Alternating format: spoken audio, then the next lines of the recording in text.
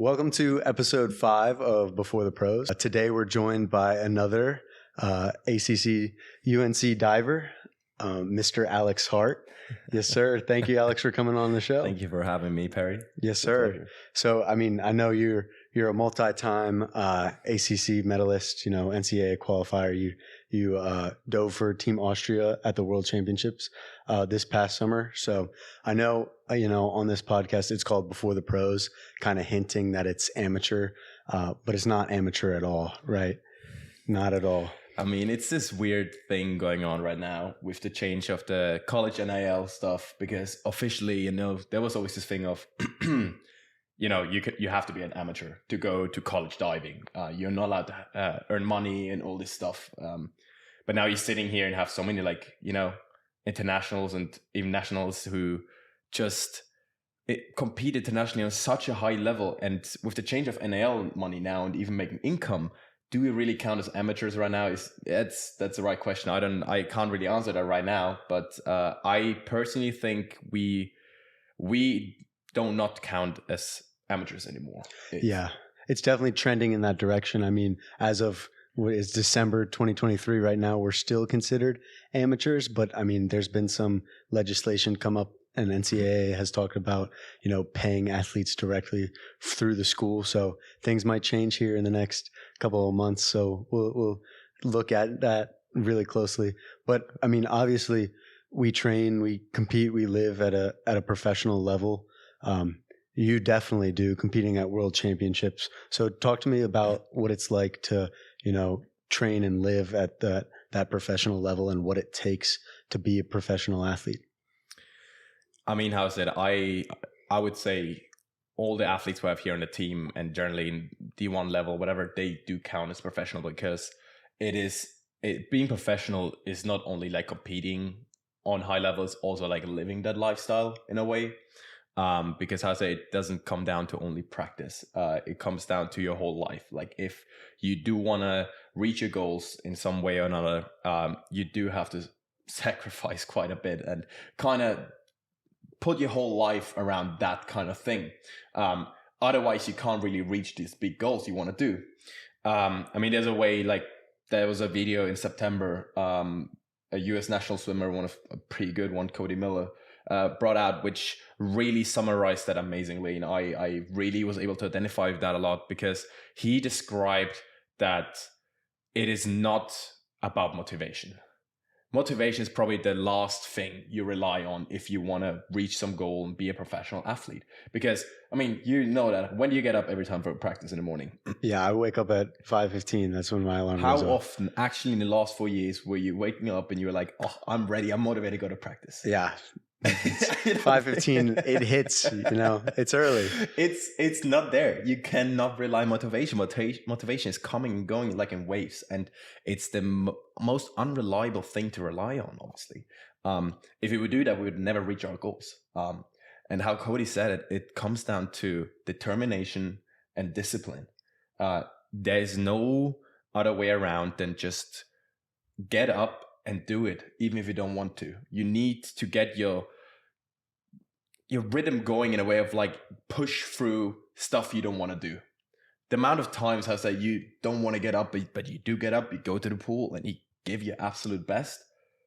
That's what makes you better. That's the difference why you are here in a great D1 school. That's the reason why you are, for me, also like part of this professional like sport life. Which is very admirable, I would say, because it is hard. Like, who can actually do that? Such a grind. Yeah. And Jack Brown, our coach, always says what it takes is what it takes. So it takes what it takes. And my coach also always says, just like, if you don't do the extra stuff, you can't reach the goals. It is about the extra thing. It's not about like just do what your coach tells you. It is everything around. Do the extra stuff. When you're done with practice, all right, do some more pull-ups. Do some more of that. You know what? If it tells you like you finish your program, but you feel like you didn't your absolute best, you feel like you still have something in you, go do more. That's what pushes you further and further. Because it is easy to just like also be like dipping out on the last set or whatever, Like you need to push through because you get comfortable with it. If you don't push yourself every single practice, you do not get better, because how I said, you need to work in a way as like you have to push yourself even when no one is watching. Oh, absolutely. That's the thing. Absolutely. Because if you are able to swim the 50 yards in this time, and you get comfortable with it, and I felt really fast for an hour, I don't have to push anymore. You get comfortable with it, but you never get further. But the moment you keep pushing and try to get to this part where you can't do more anymore, at one point you get comfortable with it, and at one point you suddenly be like, actually, I can go even further. I can go even push more and more. And it's these little things. You can't have suddenly a jump going from this level to this level. It's this slow progression of it. You don't even notice it, like, really, but it is these little extra things the whole time. And that's where that discipline comes in. It is just this discipline. It's just you'll just get minimal improvements, and you have to stay disciplined to keep going. Get impatient. The amount of times I worked for weeks and I felt like literally nothing went right, and I even felt like I got worse every time. But actually, these are the moments which are the most valuable. Like, there's a reason why we talk about that you learn more out of mistakes and failure than actually winnings, because it keeps you humble. It keeps you pushing. The moment you have a bad competition, bad race, you have bad weeks of practices, that's the moment you be like, what am I doing wrong? That's the moment you start questioning what I have to do to get further. And it's this professional athlete mindset which gets you further.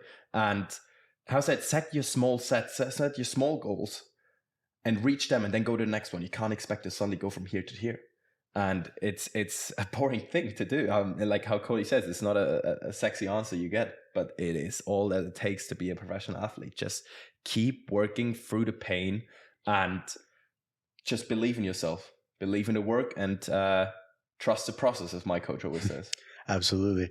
And also, you talk about how, you do have to get up early in the morning, show up to practice, but you can't just show up. Like we talked this morning, Javi was like, you have to be intentional about everything you do. You have to bring intention, especially when you're at a high intensity. You have to bring that intention that you know what you're doing every stroke, and you're trying to execute that. Yes. You can't just go through the motions. It is, yeah. It's, as I said, it's just part of getting comfortable with things. Like, you can't just go there and do it. You have to go there and actually work. Like, I set myself a couple of years ago the little goal of every single practice, I want to improve in one thing. It can be so minor, it can be so small, but one small improvement, this little thing, if you keep doing this, and suddenly, like after a week, I said, you suddenly are further. But you have to be intentional with your movements, with your practices. Every practice is a chance to improve.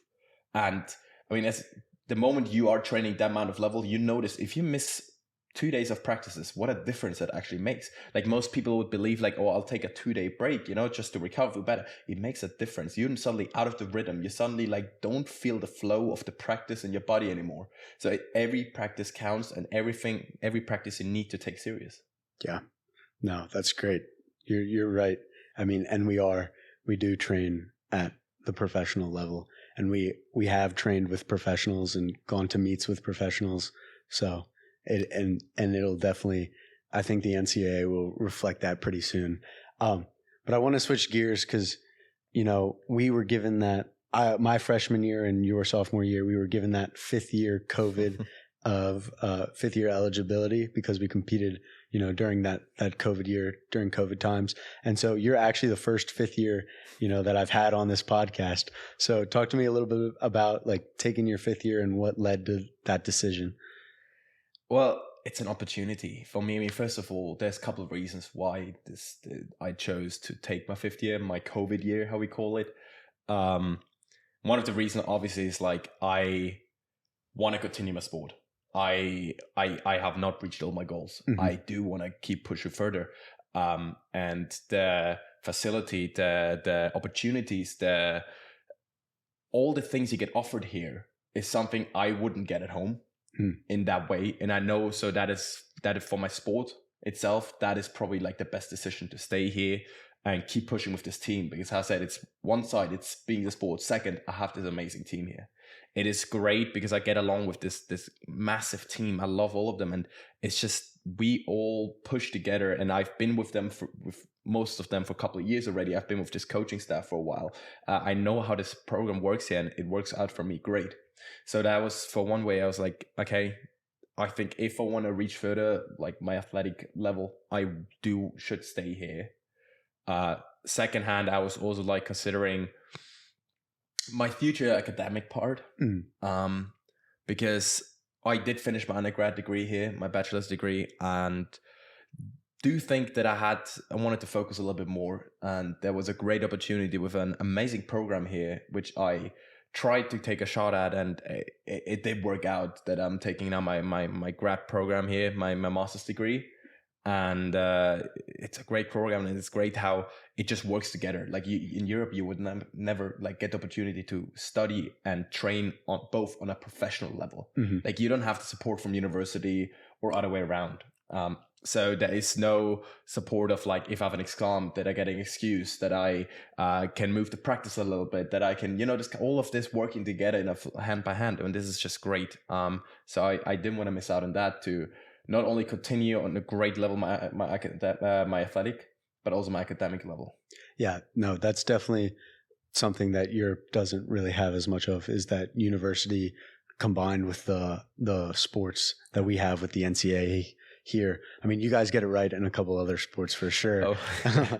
We won't get into soccer and all that, but yeah, that's definitely something we got right. And hopefully the NCAA can keep that together and keep Olympic sports, given that things might shift professionally and having people get paid.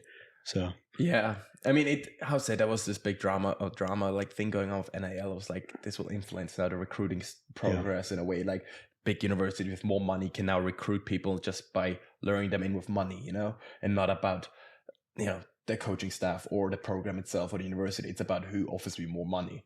And I do hope, like, maybe even they change professional, they offer that. I hope there are some certain limits to that, because I mean, they do try this with NIL. It is working majorly. There are exceptions, obviously, but like, it is just trying to keep it fair, that not the big universities with big donors suddenly can like give out so much money and give the small universities no chance. And it's just gonna be like, keep growing apart these kind of levels then. So I hope this will not happen, but I do hope, I mean, just changing the name from amateur to professional would be probably a reasonable thing to do, just for the effort and all the work everyone is putting in. It is on a professional level. Absolutely. So you are in grad school now, and the MAC program that you're in is a 1-year program. Yeah. So what are your plans? What are you looking at to do next year? Are you going to keep competing, or are you looking for a job, going back to Europe, that kind of thing? Do you have any idea yet? See, that question is in my head for a while already. And it's still undecided, to be honest, because I feel like I'm not done with my sport. Mm-hmm. But at the same time, it takes so much to actually be on that level, because how I said, when we talked about what it takes a professional athlete, it's how I said, it's just not the practice and everything around, and the mindset is also like, I adjust my sleeping schedule, like being in bed literally like at 10 p.m. latest, just to be able to wake up early. So I need to get done my work before that. I have to get the right nutrition. It's all and hydration. It comes all part down to that. So I can't just go and like, I don't have time to cook right now, so I'm just going to grab some fast food right now. You need to know and intentionally put the right stuff in your body to actually be on that level you want to be. So it takes up your whole life, and I feel like it's it is a rough life to live that. I'm not gonna lie. It's like, it is fun, but it's obviously not like the most relaxing life. So there's reason why my body also like slowly like breaking down, I'd say. So I'm thinking about like how far I will take the sport thing, but at the same time, in my head, I'm like, I'm not done. So it's still a bit undecided where I am going to end up at. I do look a little bit around to see already, and have, I don't want to say offers, but like some opportunities probably, which I can take a deeper look into in the working force already. Question then is like, is it doable to keep training at the same time? For me, it was also like, since I'm doing this on a professional level in that way, like so long already, think about maybe even taking just a time out for a year or two, and then making a comeback in a way, just to give my body and my mind, a bit of a rest for a little bit, and just kind of refigure and coming back with more motivation in a way, but this is all a little bit undecided, and this is This is a future Alex problem, you know? Yeah. Hey, I'm right there with you. This is my senior year, and I got to figure out what I'm doing next year. And I'm tired of everybody always walking up to me and be like, "What are you doing next year?" I'm like, that doesn't have to be the first question that you ask me. Yeah, But no standard answer is just like, yeah, that's a great question. yeah, exactly. You know? Like, it's like we'll never know. Yeah. Well, when I'll tell you next year. Yeah, I'll tell you at that point. Yeah, exactly. No, but you mentioned that you had some job opportunities, and earlier we talked about sacrifices that you make as an athlete, and one of those sacrifices that you make is you have less opportunities because we're training all the time during the summer to get internships and kind of get work experience, that everyone else gets. And as athletes, we do have intangible skills that people don't realize. So what are kind of some of those intangible skills that you've gained throughout your career diving? I went for a phase. How long is that ago? I think like 4 years ago, probably like 3-4 years. I went for a phase for a little bit where I was just like, all my friends having these great internships, all my friends working with this company already. They have time to suddenly like learn coding. They have time to achieve skills I don't have yet. Something that companies value a lot. So they have some kind of asset to themselves for companies to be like, yes, we want to hire that person. Yes, this person has worked already 2 years in that kind of field. Like, he will be easy to teach and take over all this stuff. I went through this phase. I was like, what am I doing? I'm going to be standing here after I'm done with sports with nothing. I'm going to be here, no experience, no knowledge of what I want to do, really, like working knowledge. And I'm just going to be like behind a couple of years of everyone and just kind of trying to play the catch-up game in a way. And I got worried about this stuff.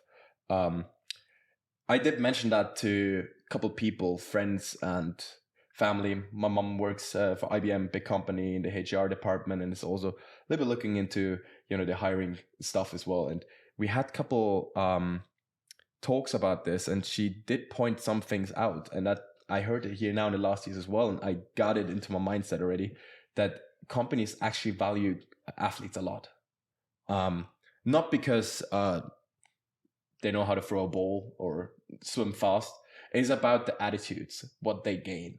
Athletes, how I said, we talked about this before, it's the discipline and determination. We know how to get up and do things we do not feel like doing right now.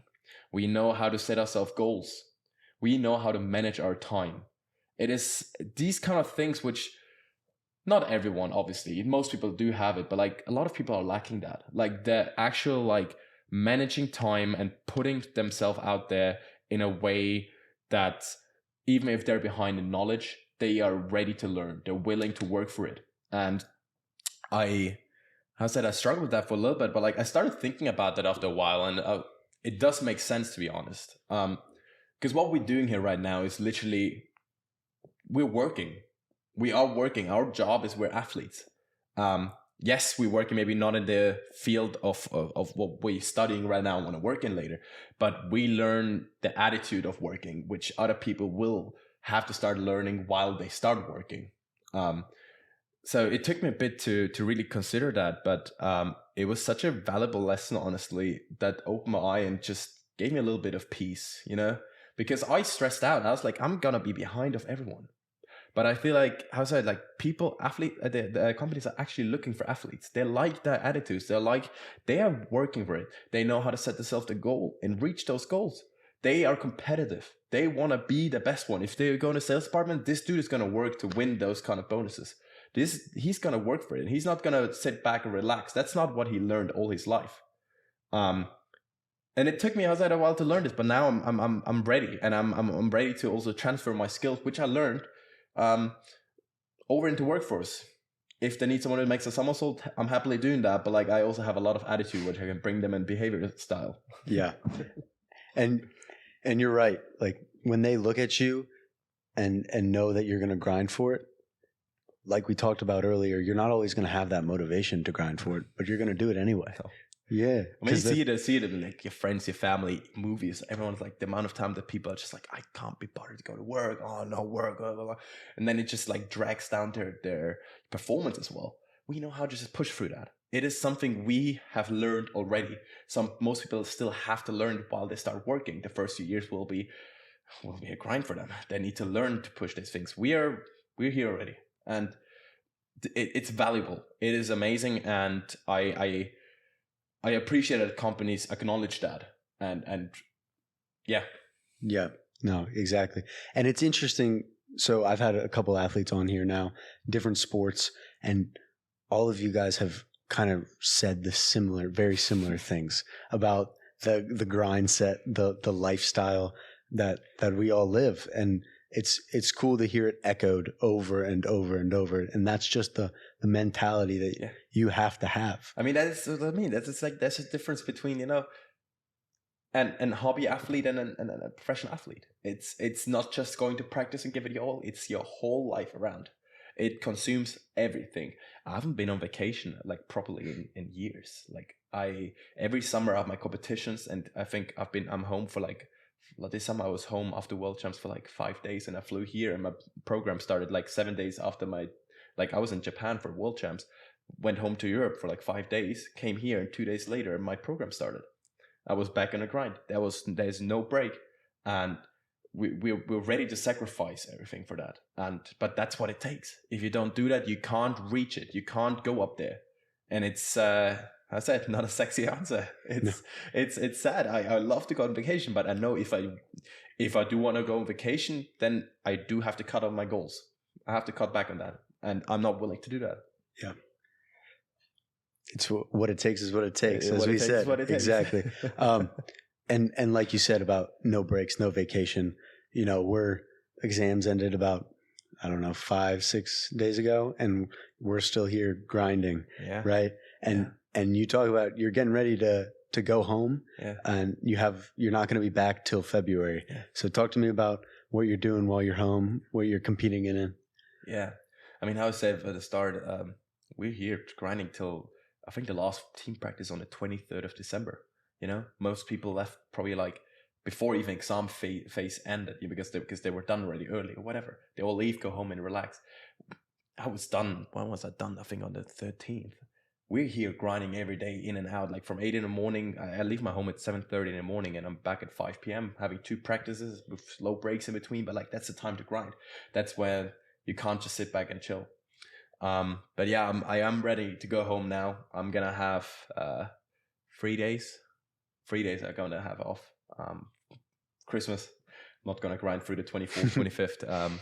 But I am back in practice on the 26th already. For example, and because I'm preparing for the upcoming World Champs, I'm gonna have a little trial. World Champ trials for Team Austria. We have 3 people who could compete on 3 meter, but you're only allowed to send 2 per country. So we have a little trial in Germany. It's a big international competition with I think 10 plus nations coming.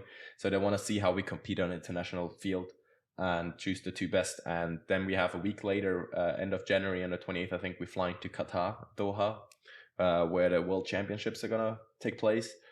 Excited to go there. I've never been there, and I feel like I don't know if I really get a chance to go there just because. So I'm excited where like that sports is just sending me around the world to places I would probably never go to without, or just gives me the opportunity.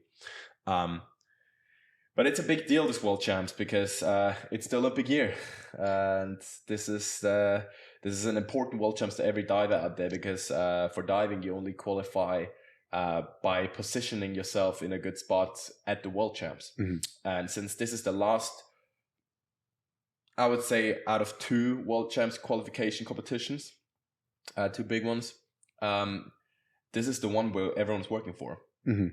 Because you have to get in the top 18 to qualify for the Olympics. And people are in amazing shape. But that's what everyone is working for. This is the Olympic year. That's the cycle where everything comes down to, and it's gonna be an amazing competition. I'm ready to work. Yeah, and you talk about Olympic year, and the importance on Olympic year is the fact that it is every 4 years. Yeah, it's not every year. Yeah, you have people who work, your entire life for this 1 year. Yeah, but you really focus 4 years of training for one competition. It all comes down to stuff like, if you want to learn how to dive, in diving it takes a long time to really get a dive good. Like if you do a dive for a year, you slowly get control of it, but like it's still there. You need to do a dive.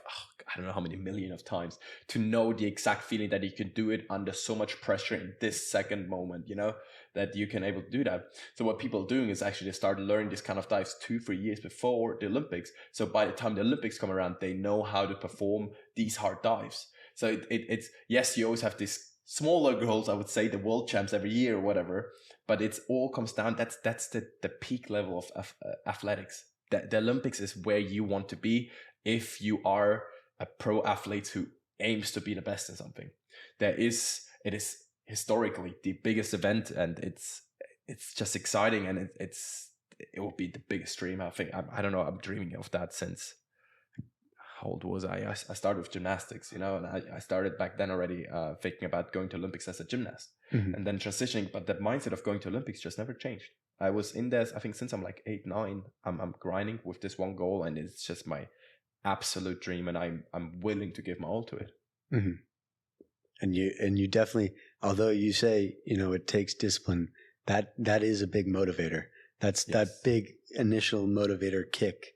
Yeah, at the start, it is. How I say, my coach is just like, it takes the little things, the little extra things. If you want to go to Olympics, look at them. They are doing the extra stuff. If you want to be one of them, look how they're training. There is no, all right, I feel a little bit not great today, a little bit sick. Maybe I'm just gonna cut back. No, they push for that. They do the extra stuff, and that's a reason why they're there.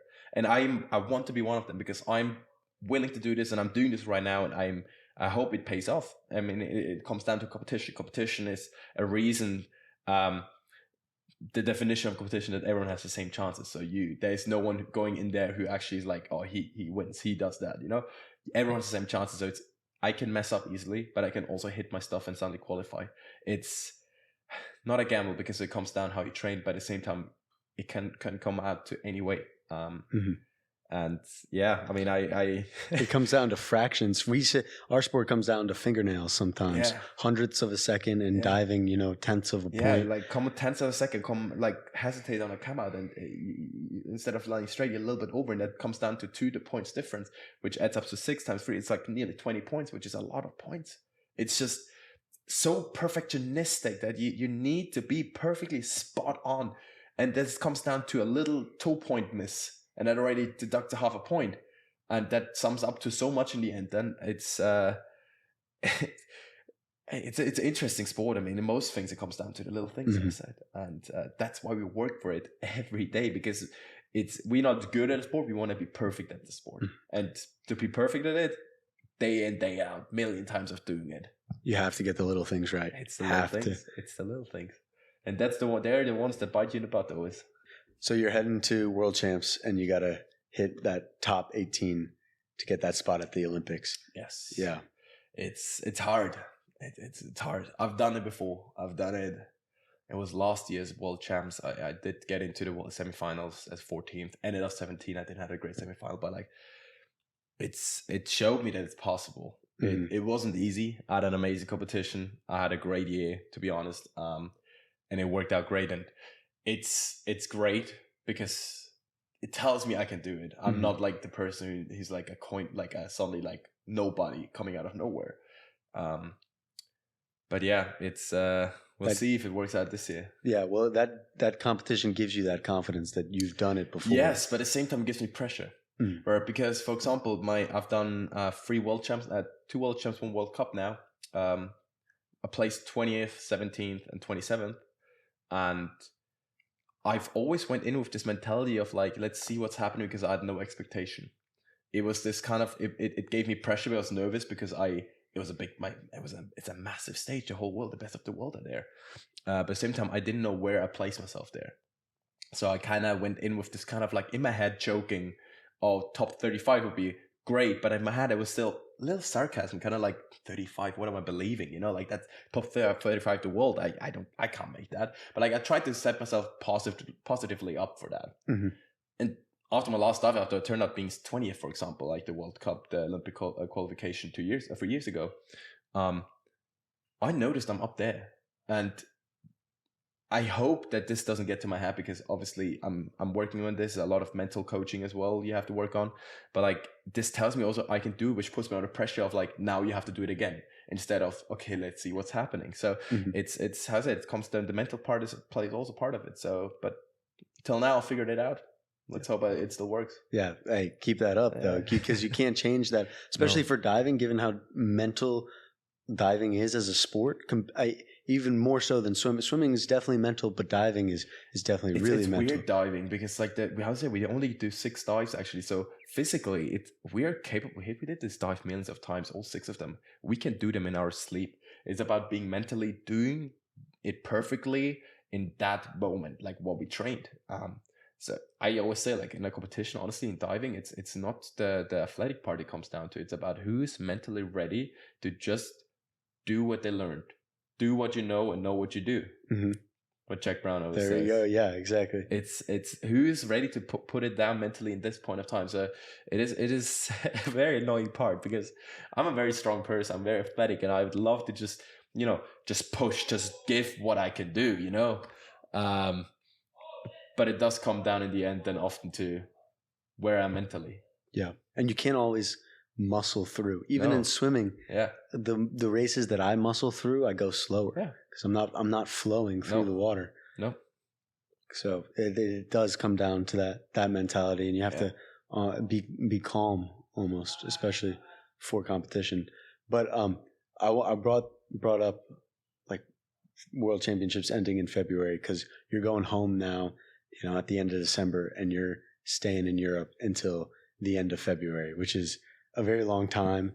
And you're going to miss, some school with that. You're going to miss some training here with that. Obviously, you'll be training at home, and you have that capabilities. But that's a lot. And then that'll be leading into ACCs. You'll be coming off of World Championships, going right to ACCs. So it's going to be a rough schedule. I'm not going to lie to you. Yeah. I'm going to have the trial. A week later, I will have World Champs. I'll fly home literally the day after World Champs. I'm flying back here. And a week later, we're going to ACCs. Week break. Then we have the diving has zones, which then is AA qualification. Then there's a week break again, and then it's AA. It's going to be like back to back to back. It's going to be a very rough schedule. But I've done similar schedules already, and it teaches you a lot. It's just, you need to really get your body and mind under control to just not give it all out at that moment kind of way, and just kind of how to manage yourself and still be able to perform. Yeah.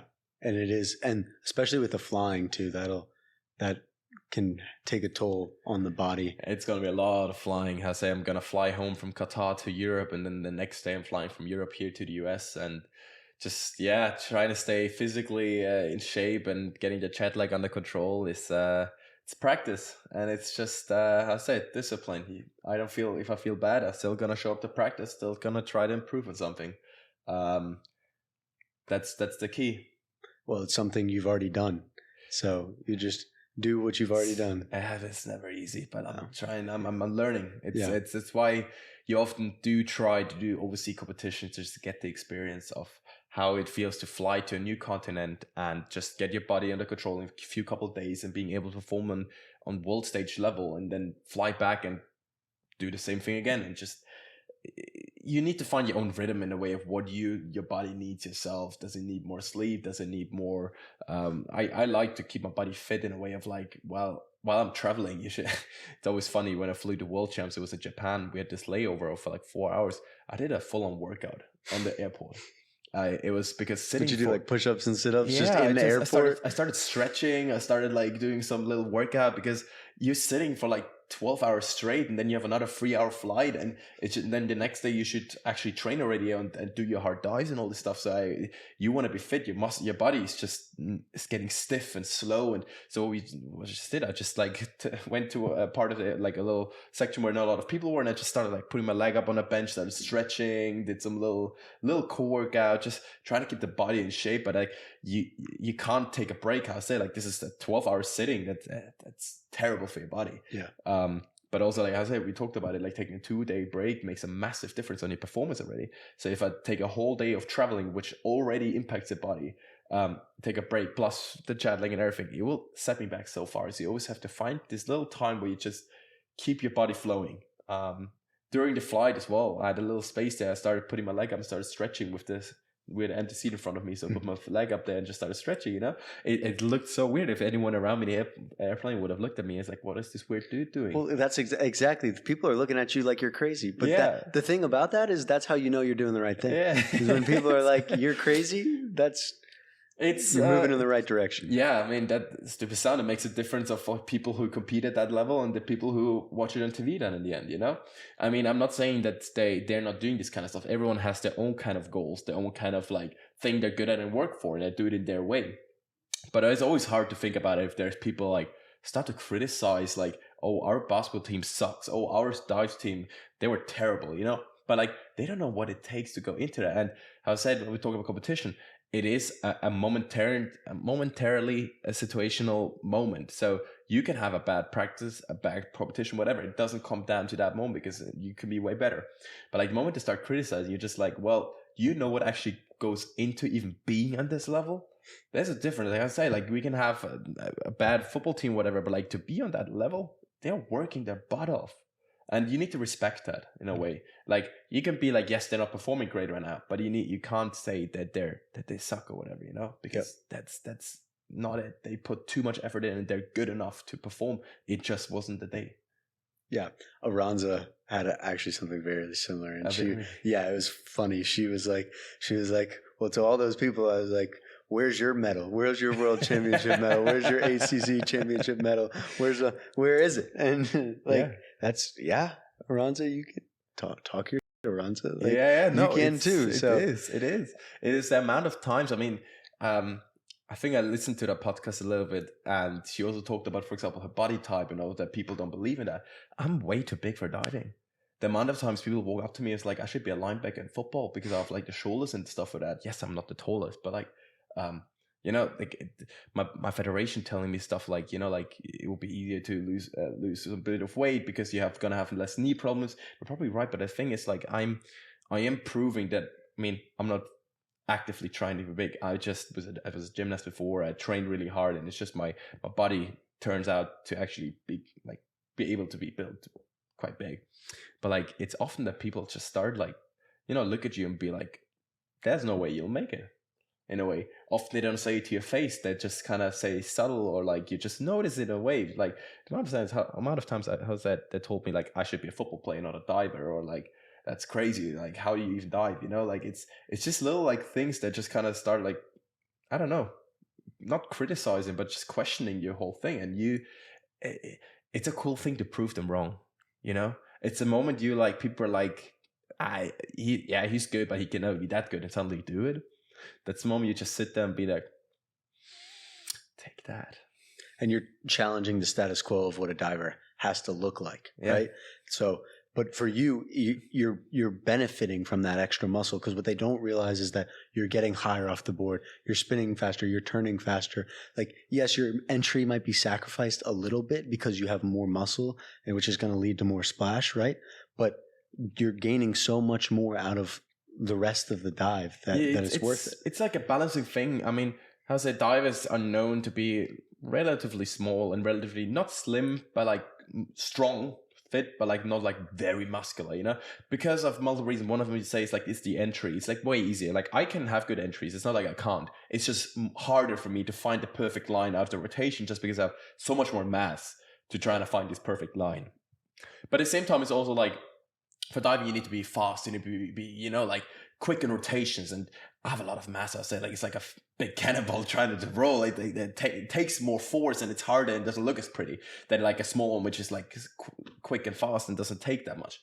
But how you said, I'll make it up with my power. I can have a bad hurdle, a run up, what we use on a board, and still have the power to press the board. I have insanely good height. So I'm not as fast as the others maybe, but I'm higher than them. So I can make up that speed with my height in a way. So I'm just trying to work around it. I'm not the casual diver in a way, but it works out great because I know how I can make up for things I can't do. And I mean, it's a lot of things in life. Most of the time not like the perfect fit for that one thing, but you need to find your way to do these things. And that's the key thing to succeed then. Yeah, find what you're good at and then get better at that thing. Yeah, exactly. earlier, you talked a little bit about the dive team that we have here, and obviously you guys are one of the best in the country. You're training with Gamboa now, right? Which is cool because Gamboa wasn't the coach that recruited you. No, even though he was here when you first got here. So there was a coaching change right after you committed, and then in the time that you got here. So talk to me a little bit about that recruiting process, especially coming from Europe. Yeah, it was. I mean, it still is. There's a big trend for European athletes in general, but especially in diving as well, to come to the US out of the reason I mentioned. It's like being able to get an academic degree while training on a professional level. It is hard to do that in Europe, and that's one thing. And second is like it gives you a great opportunity to experience different culture, different country. All these things you've seen still be found in movies. We only see the American culture most of the time in movies, and it's different. It doesn't add up in a way for us because we don't have this kind of school system you guys have at high school with the lot of lunch tables and the lockers and you're changing class. Oh, I had a class with you. That we have total different systems, and it's just cool that it gives you this opportunity to experience all of that. So I gave it a shot, especially since a former Austrian diver who was great, 2-time Olympian, he made that as well. He also came to the States. And he just recommended it as well, and I did want to give it a shot. I just sent myself out there. Couple coaches reached out to me. I reached out to quite a bit of coaches, and just got into a chat with whom I thought are fitting. Like how to say, not just only from their team and results wise, but also whom I'm vibing with. A coach needs to be a friend. A coach is something, it's like a role model for you in a way. Someone who's pushing you, and if you don't get along with them, you cannot get far because you just don't have fun to go to practice, and it will just hold you back. So I did reach out to a couple, and there was this former coach here who got along quite good, and obviously UNC, amazing university, like academically really top, which is something I really look for because I do want to have the best when I'm done with university, like afterwards, out of the academic life. And I don't want to settle for like a small thing if I can settle myself for a great university. So I reached out to some top universities as well and got some amazing offers. And I talked to this coach. It went out great. Like he was a great person and everything. And he said the right things and all the right things. And I liked university. I do not recommend what I did because I just sent it without doing any visit. I just did like a couple Zoom calls, like the university kind of like online and just like, you know what, just do it. I'm a very open, outgoing person, very adventurous. So I was like, I'm easy to do that. Ask for them. They obviously give you a visit, like they help you out with that. Do the visits. I didn't do a single visit. I was just like, you know what, I'll sign it. I think it was like 3 months before I came here. Like I signed really late. And I was like, damn, well, I've signed it. I'm going to come. And I think a month before coming here, I got the notes from the coach that he will not be part of the team anymore. And there's going to be a new coach. And it did freak me out because I'm sending my whole life over there to continue my athletic career on the top level and also academically. But like, now I don't know who's going to coach me. And it comes down a lot to the coach. And I was very nervous. And I think 2 weeks before coming here. I mean, yeah, like you had never been to Chapel Hill.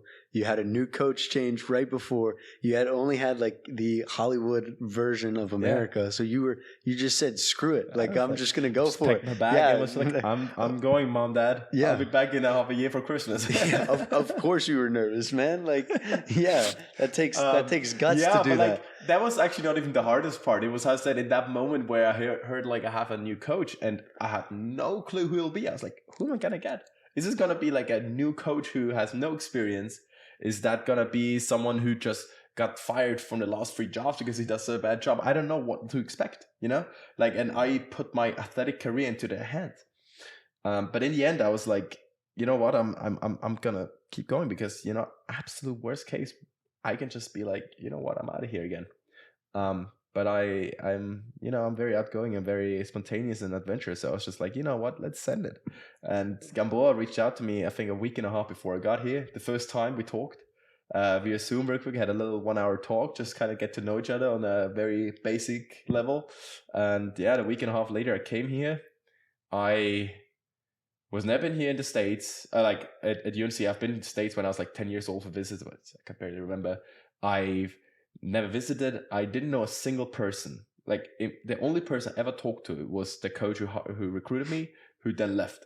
Mm-hmm. So I didn't know a single person. The only person I knew was my coach Gamboa, and I talked to him, I think, twice on the phone for like half an hour.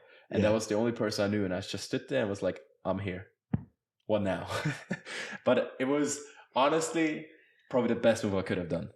I improved on a so big level. Like, he's an amazing coach. I love working with him because he's such a dedicated person, has so much knowledge, is so just, I don't know, motivated to work. And what also is so important, what I liked a lot was he works a lot on the mental part on being an athlete. It's little things of like, he's like, if I'm on time at practice, then you should come on time as well, because it's out of respect. It's like little things like not coming late every time for a minute, not even a minute late. Just be on time, be there. It's respectful, and it makes a difference. It's about how to approach my competitions, how I approach my dives. I was a bit of an emotional person when things don't work out. I was a little bit like, slapping my chamois against the wall. I was just like, I was emotional because it gets to you. Yeah. You invest your whole life if that thing doesn't work out right now. It's so frustrating, and you just want to punch a wall. Yeah. But you need to know how to manage that. And I was okay there, but not good. And Gamboa just really set me down and just did that. I mean, it's also like Jack Brown worked a lot with us with the mental part of the 6-question thing we did. Yep. Amazing thing. It comes down to where you actually have to write down why you do the sport, why you love the sport. What are your goals? What does it take for you to get that goal? And you need to write down, not just work hard. It's like, be specific. You need to sleep 8 hours at least every day. You have to eat that. You have to set out yourself these little goals, all these kind of, you have to really write down what it all takes. And every time you have a really bad day and you're just mentally done with sport, you just read for this and read why you love the sport and why you're doing it. And it just keeps you reminded of that. And this is mental part, which I really lacked before coming here, which I so appreciate. I think this made a massive difference to my diving. Absolutely. And Aranza has said very similar things. Anton has talked about the importance of the mental side of the sport, and Gamboa's influence on you guys has led you guys to be one of the best dive programs in the country. So what is that like, training with your group here, like being in the top of the country, training, pushing each other every day? It was cool to see how this team kind of formed, it like put itself together and just grew and just turned out to be amazing. And I just love it. It is hard to push yourself if you have no one to follow in a way, or to challenge yourself with. Because you have to set your own little goals in a way, and you have to work yourself and put your health, which works, and it's totally fine. But it is so much easier and so much better if you have someone to just keep challenging. I used to do that with the Austrian diver who went twice to Olympics, who went to state. He was like a million times better. That was the year he went to Olympics, and I was some junior who still like barely qualified junior Europeans, but I kept challenging him. I was like, you know what? I'll do a better back 2.5 than you do. And he's like, bet, we do a competition. And it's this little thing you can push each other the whole time. And I love to do that with Anton. Anton is an amazing diver, so talented. And it was just like, I'll more or less challenge him all the time. And it's just like, even if I keep losing, it just keeps pushing you. And it's just great to see other people on this level, seeing what they put in, what their mentality to the sport is, and you see what it takes to be up there. It just motivates you. And I love working with them because it is not you alone working towards a goal. You work as a team together. Diving is an individual sport. Most is swimming, except for relay, Yeah. But it makes such a difference if you have someone next to you who has the same goal and just gives 100%, because then you're like, I'll give 110%. You know what? I'm going to beat you. And you push each other and reach goals you didn't think you'll reach that fast. And I loved working with them because it is mentally pushing you, physically pushing you, and you just have fun because similar goals, similar attitudes. Great opportunity. I mean, look at the team. Anton and Aranza, Olympic finalists, world champs medalists, NCAA champions, and I don't know how many pull records are set everywhere, It's great to see all of them grow and just work with them and just calling them not only teammates but great friends. I learned so much from them that they don't even know probably. Like, it's these little things you catch from, like, pick up from them, which they don't even notice. But like, you adapt your life to that because this is what brings you there. That you see that it works for them, so I want to be there. And it's just little things, and I appreciate all of them a lot. Yeah. And like you said, we are individual sports. And when you can turn an individual sport into a team sport and into like a family environment where you guys just push each other every day, it can only be beneficial. Yeah. Like when I swim on my own, I go a lot slower than when I swim with my team. Like it's just, I don't have my guys pushing me. Go for a run with you alone, set your time, and then go with two friends running, and then see, and you start pushing each other. It's like, oh, he's a little bit faster. Okay, I have to pick up the pace as well. You know, you notice these little things, like even like if you just go for a little jog with your friends already. But then you can imagine that the same thing on professional level for sports. Yeah, it's great, and it's an individual sport, but it's a team sport. I'm sorry, it's the better the team, the better I get. The more they push me, they keep pushing me because they keep you humble. They're the people as well. It's like, oh, I think you only did 8, not 10. You're like, you maybe have miscalculated. Whatever. You're like, you know what? You're right. I'm doing them, and they just keep pushing you as well, and I love it. And I want them to call me out if I do something wrong, or if I miss a set, or if I do something, because that's on a both sided level. I call them out, they call me out, because we know we want to get better, and that's what it takes. And you just want the best from them. I want the best from them. That's what that call out is. Yeah. That's all that is. Yeah. The call out is nothing of being rude. It's about keeping us, I would say, just keeping us on the pace, on the track to the goal, and just wanting the best for each other. How do you say? Yeah, I got one last question for you. We talked about you being at that professional level, that NCAA athletes are at that professional level, and you definitely are at that level. How you finished in World Championships, what you're going to do in World Championships, that I'm excited for. So I'm excited for you, man. We're looking at it. But my last question is kind of, what advice do you have for younger athletes out there who want to reach that professional level? Yeah. Often I said it to people, which sounds very rude. It was like, if you don't really want it, I don't think this is the thing for you. It is, how I say, it consumes your whole life. Like, you have to, if you're not willing to, practice every single day in and out, and take care of your sleep and nutrition thing, and have to restrict yourself in a way, that's just a harsh level right now. Saying, like, if you just be like, oh, I don't want to do it like all the time, and you can't change that, I don't think it's just the right track for you. But if you're willing to work for it, just set yourself smallest goals. I always had the big goal of Olympics, but like, obviously this is not like I'm junior and I want to qualify next year, It's about, yes, I have the bigger goal in mind, but it's the small steps of improving. I want to learn this kind of dive. I want to reach that kind of time in this little thing. Find the fun behind it. Set yourself little challenges, how I said, with friends. Put yourself out there. Just be the best you, in a way. Just modify your life in a way that it doesn't impact you mentally in a way that you get unhappy, but like, it keeps you humble and pushed in a way. And just the little goals is for me. That's what worked for me. I wanted to be a diver, diving for internationally, great. I wanted to be national champion. That's the next step, great. I want to learn this kind of dive, great. And then suddenly, you at one point I said I didn't expect to suddenly be at the world champs level, because I set myself small goals. I was like, okay, I'm not gonna go to my first world champs and be like, I want to be top 10. I went there, I was like, okay, realistic goal, top 40 maybe, but like, I tried to set myself a small goal, but suddenly worked out great, because these small goals suddenly added up.